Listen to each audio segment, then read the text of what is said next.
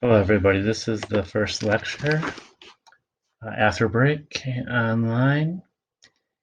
And just a reminder that there will be, this week, there'll be 2 live optional sessions that you can ask me questions and I'll answer anything about the class, whether that is the lecture material or whether that's about writing your paper or anything else that's related to class. And this will be the first lecture for this week. And the second lecture I plan to post hopefully sometime Tuesday night is the plan. And so the topic for this lecture is quasi experimental methods. And I think I'm going to try to talk a little bit faster to make it a little bit more efficient. And if I'm going too fast for you, you can always re-listen to things. And those people who follow things quickly will probably appreciate a faster pace.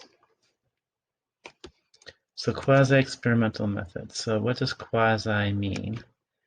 So quasi in this case means that we aren't manipulating an IV. So there's no true IV in the sense that we don't have some things. So typically it means that very likely there's probably not random assignment.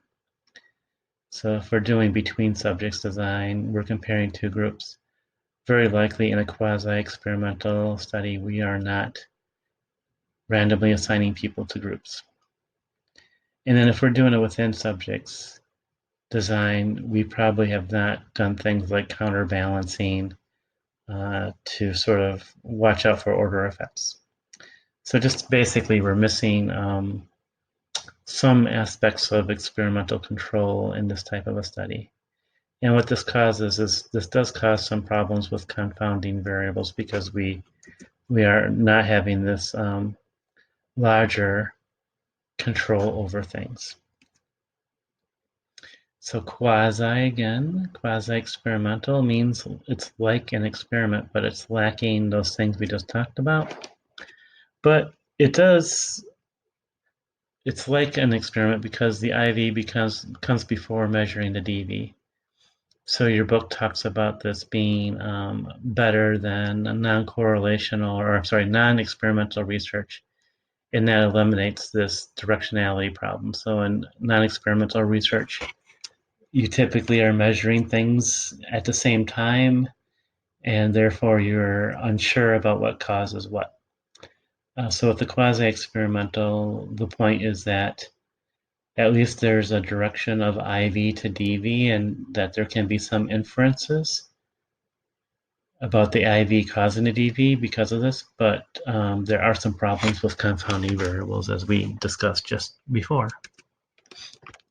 So quasi-experimental designs, there is some internal validity, but it lacks it in some important respects. So one way to think about quasi-experimental designs is often what we used to call natural experiments. So in the real world, there are things that happen that we can study effects of certain interventions and things like that, but because of the nature of the things that are happening in the real world, we can't control things or randomly assign people. So there's often some sort of intervention in the real world that we want to study. And a good way of thinking about this, I think a good example is educational research. So let's say that there's neighboring school districts, and one school district decided to make some sort of significant curriculum change. You could do a natural experiment looking at the kids in one district versus the other district, which hasn't made those changes, as long as they're kind of in the same geographic area. You don't want them being in another part of the country, of course. And these things just sort of happen naturally. Naturally, people try interventions. And in these interventions, there's not random assignment, but we can see something about the effect of these interventions. And there's usually sort of a control group, which there has been no change, and there's a thing that changes. That could be Different grades are doing different things, or it could be different classrooms are doing different things, or maybe different schools in the same district are doing different things, or it could be that simply there are one district does this, another district does this. So this is why we call it a natural experiment, because there has been an intervention, and we can look at the effect of that intervention, but it lacks random assignment. Obviously, you aren't randomly assigning kids to different school districts, and therefore it lacks some important parts of experimental control, and there are some issues with confounding variables. And typically, these natural experiments take a lot longer than experiments in the lab. And so when we think about experiments in the lab, they usually take place usually over less than an hour. Somebody comes in, you do something to them, and then you watch what happens. It might even be less than a half an hour in most cases. With these quasi-experimental designs, these natural experiments, they usually take a long time. Like the educational one I was just talking about, it might be a whole year. So the one district changes the curriculum significantly, and then over that year, you measure the dependent variables that you're interested in and compare them across the two groups. So it's usually not a short thing. And this aspect too, this longer span of time, also opens this design to more confounding variables. But of course, these natural experiments are really valuable because you have real things going on and real significant things that you can interpret. It just doesn't have the tightness of a lab experiment. But as all things in methods, there's usually good things with a design, and there's also some bad things in the design. So what we try to do is we try to do research over different methodologies because we know each methodology has its own strengths and weaknesses, and if we can do studies using different methodologies and they sing the same song, then we have some really good evidence that something's going on. So I talked about this a little bit. So I talked about the new curriculum. I've also done some of this, and so um, the first one I have here in terms of Hong Kong, HK Hong Kong, is something that did not happen as far as I know. So one of the things that drew me to work in Hong Kong was that they were switching from a 3-year British university system to a so-called quote unquote 4-year American university system, which was a huge change. Um, and so what was happening, even in Hong Kong, which is a lot more top-down culturally than America, even in Hong Kong, the different universities were doing different things. And I still remember these days they would have these little conferences where all the universities in Hong Kong would get together and talk about this transition to a 4-year American system. And I remember running around and kind of telling people that this is a great opportunity to do some quasi experimental studies because different schools were doing different things. And so it'd be interesting to look at if the different things that they were doing had different effects on the students' learning, and that never really got off the ground. I think the big thing was the nature of the universities there is that they compete with each other for government money, and they did not want to work together necessarily. They'd have these little conferences and they would chit chat with each other, but I think quantitatively doing this type of research was, I think, scary to them because I think that they were essentially afraid that they would get highlighted as not doing something that's more effective as the other places. So I think that was an issue. But one thing that I actually have done is looking at work integrated learning. So when I was in Hong Kong, uh, while I was there, they actually instituted a mandatory requirement. That's kind of redundant, right? Mandatory requirement um, for all undergraduates to get their degree. They needed to do what they called work-based learning, or like an internship. So you had to work in a job somewhere. It could be paid or it might not be paid. It's an internship. And somehow it was linked to your learning in the university. And so while this was happening, I got very much involved in that. And while I was involved in this, I met a economics professor in a Japanese university in Kyoto who was studying this also. And we hit it off quite a bit because we were both very quantitatively minded, and we kind of stood out in these conferences. A lot of educational conferences like this, people are afraid of numbers. So we kind of gravitated towards each other because of our facility with numbers. And we actually did some workshops on statistics and things like that at some conferences. And this actually led to us publishing a paper in a peer-reviewed journal where we compared Hong Kong and Japan, at least the university I was at and the university he was at. And it was kind of a natural experiment because the Hong Kong, I already said it was mandatory. And we had a lot of measurements of some very specific things. And then in Japan, it was not mandatory. It was structured in some different ways. And so our paper, we looked at some common outcomes. We looked at whether involvement in work integrated learning, so doing this internship, actually led to increases in GPA later on. So we had a common question, but also part of our paper was a natural experiment in terms of thinking about if we did see some differences in the effects, how much was that linked to the differences in the structure of the work integrated learning, the internships in the two different places. So this was kind of a natural experiment because we were doing similar things, but they were structured differently. And of course, you also have cultural aspects of Hong Kong versus Japan. So this, I think, is a good example of a natural experiment.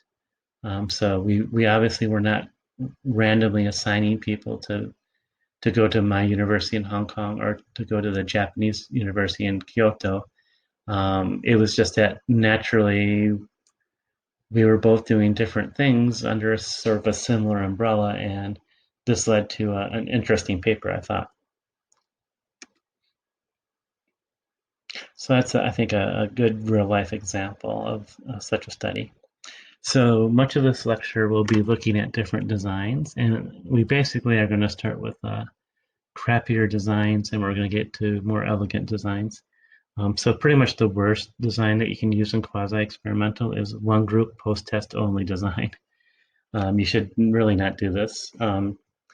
So one group means you don't have a comparison group. So one group means you only have a treatment group. So the intervention, so there's only an intervention group or a treatment group. And you only have a post-test only, which means you're only measuring the DV once, and you're doing it after the treatment. So you don't know what people were like before the treatment. You just get a thing after. So your book talks about an example of an anti-drug program. So let's say there's somebody who goes to school and gives an anti-drug workshop, and they give a survey to students and say something like, based on this workshop, how likely are you to experiment with drugs? How likely are da? And the students would answer it, and then my guess is that the students would be one of two things. Either it would be like, some students might say, "Oh, screw you! I'm just gonna say I'm gonna do a lot of drugs because I hate what you came in and made me sit through." But probably a lot of the students were going to say, "Oh, sure, I'm not going to do drugs now," because they might not think it's confidential. They know that the person who gave them the questionnaire wants them to say, "Well, I'm not going to do drugs now." It's not a very effective way, of course. You don't have a comparison group, and you don't have any idea about change in people's behaviors. So I just said that here. The book says it's frequently used in advertising and things like that. So, you know, the you know, when somebody tries something, if you try, how likely are you going to use this? So it's very high ratings.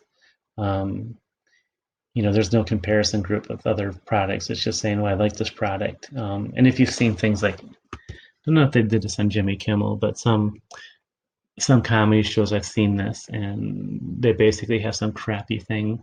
It actually might be Penn and Teller's BS program on Showtime. Pretty much, if you can give people that like stuff that tastes like crap, and because they're on camera and because you're asking them, they're gonna say, "Yeah, this is pretty good." So that's really just one intervention. You have them try something, say, "Oh yeah, sure, I'd eat this. This is good." Um, One step higher in terms of designs is a one group pre-test, post-test design. So again, we have just one group. We have just the intervention group. So we don't have a comparison group. But just at least in this case, we have a measurement of the DV pre and post. And the idea is that if you have a pre and post measurement, and if there's any change from before the treatment to after treatment, you can say, oh, the treatment made people change, but I'd be very wary about that. The drug programming example is good. So I think if you give, kids a questionnaire about drugs, let's say the day before the workshop, they might be kind of in the middle. And then, after the workshop, there's a lot of pressure. There's a lot of demand characteristics that they say, sure, I'm not going to do drugs now. It's really hard to say that, if there is changes between pre and post, that it's due to actual change rather than people feeling pressure to answer in a way that they feel is nice to the person who just did the thing. There's also all these other alternative explanations. So these are horrible things to have in research. So things like history. So if it's a long thing, something happens pre and post that changes behavior that's not related to the actual program. It's something else. So the example the book gives is, for example, the celebrity dies of an overdose. So let's say you do a pre-measure, and then a week later you do a program, and then you get the post-measure, and kids say they don't want to do drugs, but something happened, like a famous celebrity died of an overdose. Um, it's possible that event, not the workshop, produced at least change in attitudes in the kids in the post-measure. Maturation just basically means people change. So if you have a lot of time between a pre and post measure, people just development, they mature. And so any changes between pre and post, if the time interval is long, it might be because people have just developed. This is especially something you need to be careful of in educational interventions, because usually educational interventions, they usually do a pre-post. I think typically is 1 year, but I'd say that a smaller period of time might be a semester. And a semester is a very long time, and people change, especially young kids. There's other alternative explanations. So there's testing. So if actually just measuring the DV at the pre-test somehow changes how people act at the post-test, that's a problem. I mean, to be fair, this is probably a problem in any design that has pre and post. It's not just this design, but it is something to think about, especially if there's certain demand characteristics of the participants pick up on what you want them to say, especially in the post. Instrumentation basically is the measurement itself changes behavior at the post test. So probably this is not a major thing for this design, but if people get fatigued or if they change their standards or change understandings of the question, that can be problematic. There's also this thing called regression to the mean. And that just simply means that if you're extreme on a score at the pre-test, you'll be less extreme on the post-test. And so this can be a really big problem is if you assign treatment to people who are extreme at the pre-test. So a good example of this is, let's say, academic intervention. So let's say that you go into a school and you say, well, I have this thing that will improve kids' reading. skills. And then you say to the principal or to the district, you say, I really want to prove this. I want to identify the classes that are at most risk for reading problems. I want your 2 lowest classes in terms of reading, and I'll do this intervention and show you it will work. Well, you go in there and you find the 2 lowest classes on reading scores, and you do your intervention and it improves. It gets higher. It gets closer to the average for the year in school that the students are in. You say, oh, this really worked. Well, guess what? There's regression to the mean. Because you chose the lowest scorers, just naturally, mathematically, they are going to have higher scores on the post-test. So you have to be really careful about interpreting changes as meaning that you've improved things, because it may not be. Spontaneous remission is another thing. So let's say you're studying depression and you say, well, I have this intervention and I'll reduce depression in kids. And so, you focus on kids that have been diagnosed with depression, and you measure them in a post-test and their depression scores have gone down. You say, oh my gosh, this works. Well, there's different types of depression. Some people might have just a depressive disorder rather than a major depression, and they're just being naturally better after a few months, 2 or 3 months. So there can be this what we call spontaneous recovery. So we also have to be careful about that, especially you may be choosing people who are in a depressive episode in the pretest, and then naturally a number of those people will spontaneously remiss and be less depressed in the post-test. It's not because of what you did, it's just the nature of depressive disorders.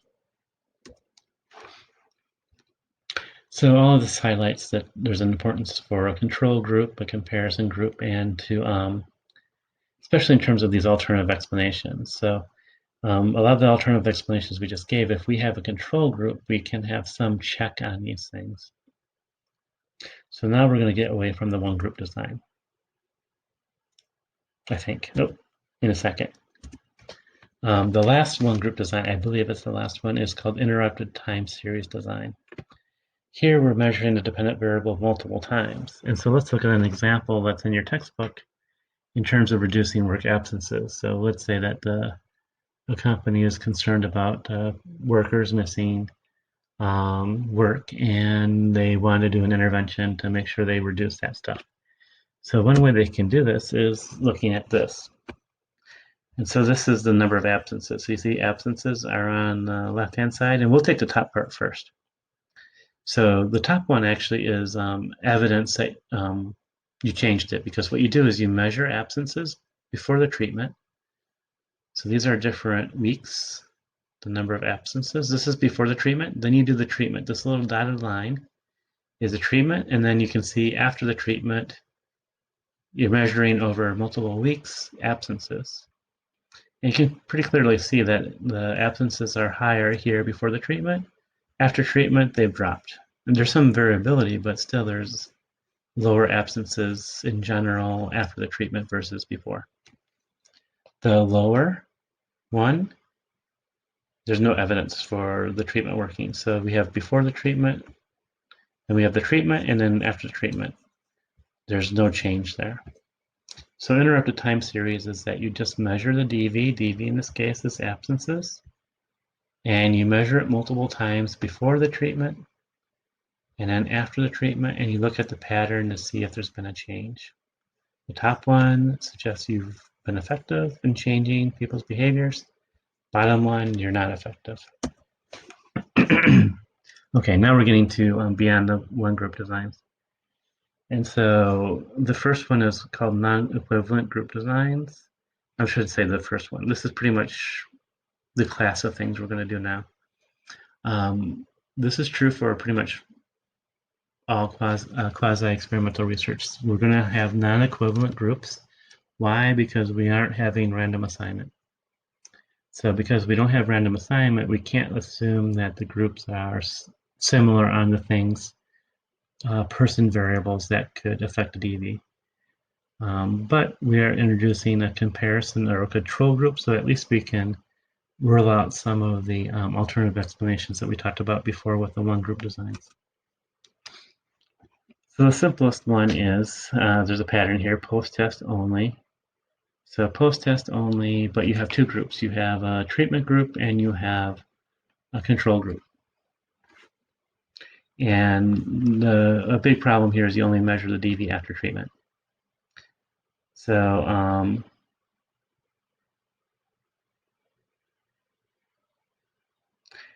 a really bad design is, I think this is not a great design, but let's say you want to teach something different. So let's say I'm teaching statistics. I have two classes, and I say I want to do a quasi experiment, and I'm going to teach one class this way, I'm going to teach the other class another way. So I make a change in one class, but I don't make the change in another class. And then I give my stats test exams in class, and I see if the groups differ. Not a great design because it's just post-only measurement of the DV. So there could be problems. So let's say that my classes are at different times. I mean, we're in COVID-19 time right now, but if we were meeting in person, I do have one class that used to meet in the afternoon at 3:30, and another class that meets at night at 7. So can you imagine doing statistics 7 to 9:50 at night, 2 times a week? And I've noticed that the time of day can matter a lot. Obviously, the people at night they're more tired. I think they're more stressed out from driving and the traffic. I think they're also non-equivalent because they're different in students. I don't know about achievement and motivation, but obviously I have more working people at night and older people at night. So there's not equivalent groups there. Also different classrooms. So, before this thing happened, when we're in classrooms, there's a bit of a confound in terms of time and classroom, but one of my classes is in a room that's horrible. And my other class actually is in a room that's great. So the horrible room's like in a trailer. There's no windows, horrible air conditioning, just like yucky, like you're in a box. And then my other class is in a big, huge room with big windows. You can actually see the mountains, up on the campus there.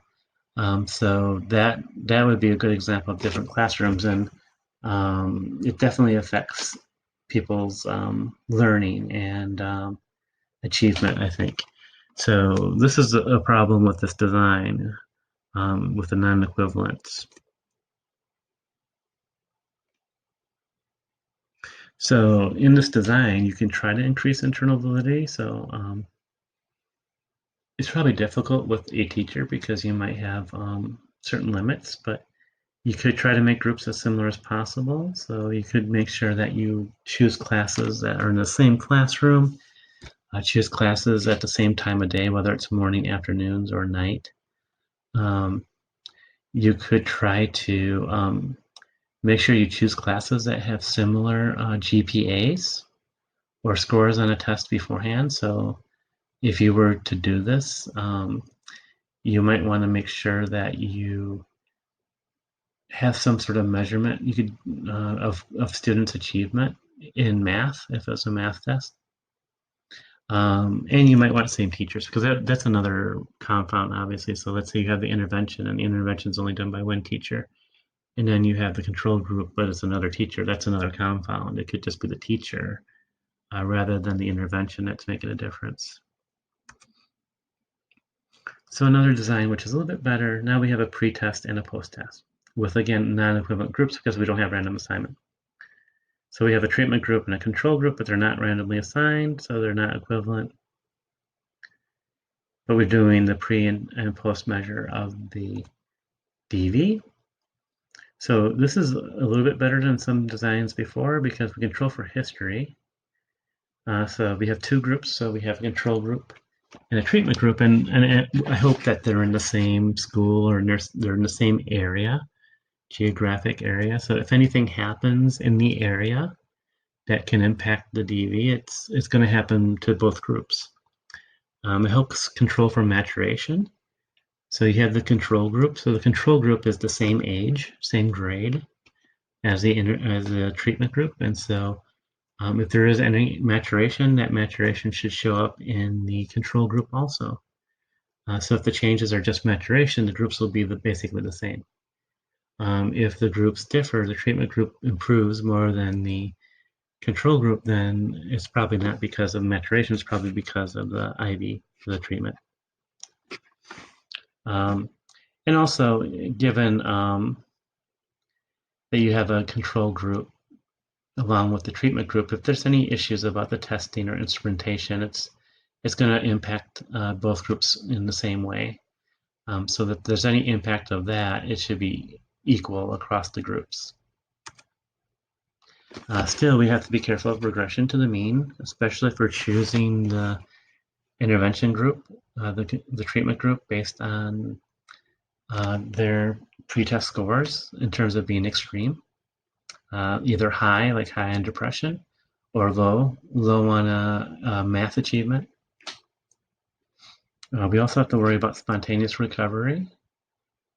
So again, if there's, especially if you're choosing the treatment group based on extreme scores, I think if you have a control group of people who are a similar level of depression versus the treatment group, which is a similar level of depression, you make sure that they're roughly the similar across depression. If there's spontaneous recovery, it should happen equivalently across the group. So this issue might still be something that could be resolved if you're careful. And again, the last bullet here is the more that you do this sort of selection of the treatment group based on extreme scores, the more likely you're going to have compounds. I think this is probably the issue in the real world, obviously, because in the real world, when you're doing these things, you're usually focusing on the kids that need it most. You know, who's the kids that can benefit most from this. And so I guess what I'd like to say is that if you think it's beneficial, you should just definitely target those kids. You shouldn't say, well, let's not do these kids because I don't want to have regression to the mean. I think that's kind of very iffy.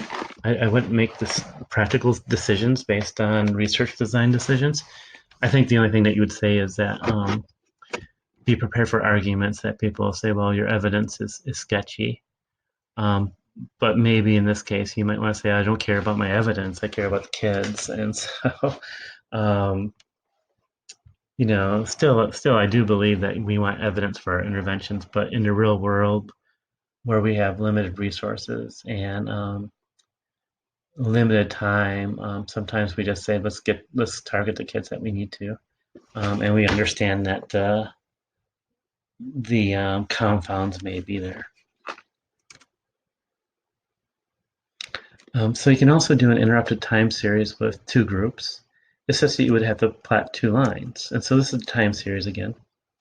So you just plot two lines. And so you would plot a line for the control group. You would plot a line for the treatment group. And you compare the lines. I don't have the lines here, but you should plot it right against it. And so you would imagine that if there's a control group here, it would probably look similar to the treatment group because we don't have the treatment yet. What would really interesting would be after the treatment.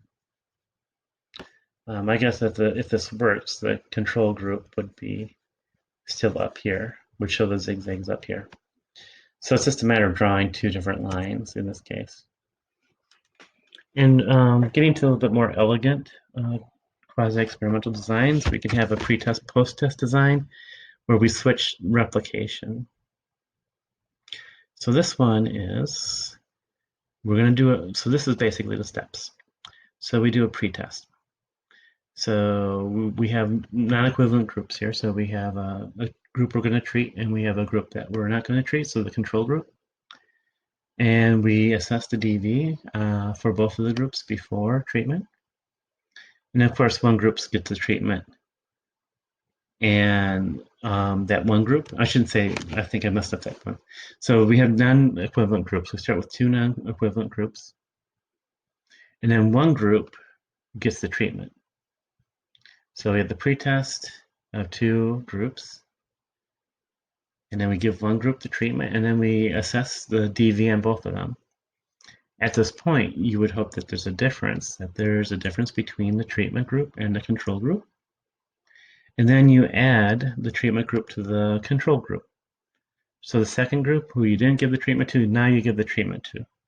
And you assess the DV on both. So really nice evidence for your IV would be, in the first step here, one group changes, the one that you give the treatment. And then when you give the treatment to the second group that was in control group, if their behavior changes, their outcomes change, then you have some nice evidence. You say, well, look, they didn't change here, but when I give them the treatment, they changed here. So you actually have two groups that you're comparing. So this group, you can see, the first treatment group, did they change? Then you have essentially a second treatment group later on. And so you've actually replicated, so it's a switching replication. So you've actually replicated your effect of your IV on these two different groups. So just like I said, this has a built-in replication with two groups. You have more control over history. So it's unlikely something would happen twice. So let's say that there is something and it changes people here. It's very unlikely that something would happen at a different time and change people again. So if you see the effect twice in two different groups at different times, more likely than not, there wasn't some sort of history thing that happened that changed the DV, because it'd be unlikely it would happen exactly at those two different times. And this design might be especially good for spontaneous remission, because remember, spontaneous remission is, at this point, people might start getting better.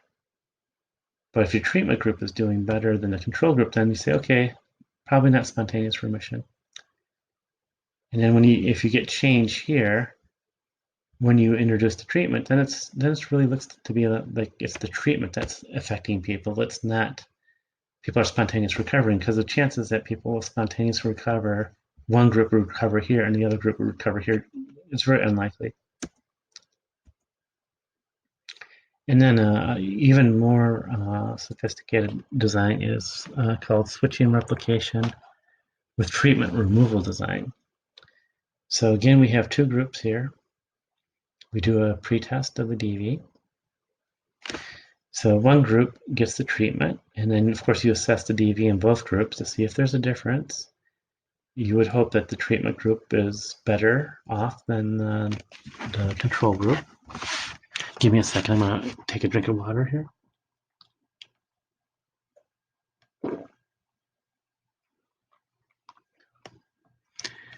So this sounds maybe a little bit cruel. And so after you've done that, so you gave one group a treatment, but not the other group, you assess the DV, and again, if that treatment group is better than the control group, then things are going well in your study. Sorry about that. But then you do a switcheroo. Then you take the control group that didn't get the treatment, then you give them the treatment. And then you remove the treatment from the first group. So here you hope you flip your outcomes. So in this time, you hope that this group number one, with the treatment is looking better than group number two, who's not getting a treatment. Then you switcheroo, and group number two now gets the treatment, and group number one doesn't get the treatment. So if you flip the outcomes here, so if you flip and group number two is doing better than group number one now you have evidence that your treatment's really working. This design, I think, is fairly elegant, but there's obviously ethical issues. Let's say you're doing an educational intervention, and these kids are progressing and feeling good, and then you pull the rug out from under them and they regress. I'd have some issues about doing that. So maybe this one to me feels a bit more empowering, um, while also empowering to people and making changes in people's lives, while also having some pretty decent empirical evidence that things are changing. This design, while it's elegant in terms of methodology, I'd think it over many times whether I'd want to do this, um, because I'd feel like I could be ruining some people's lives here, quite frankly.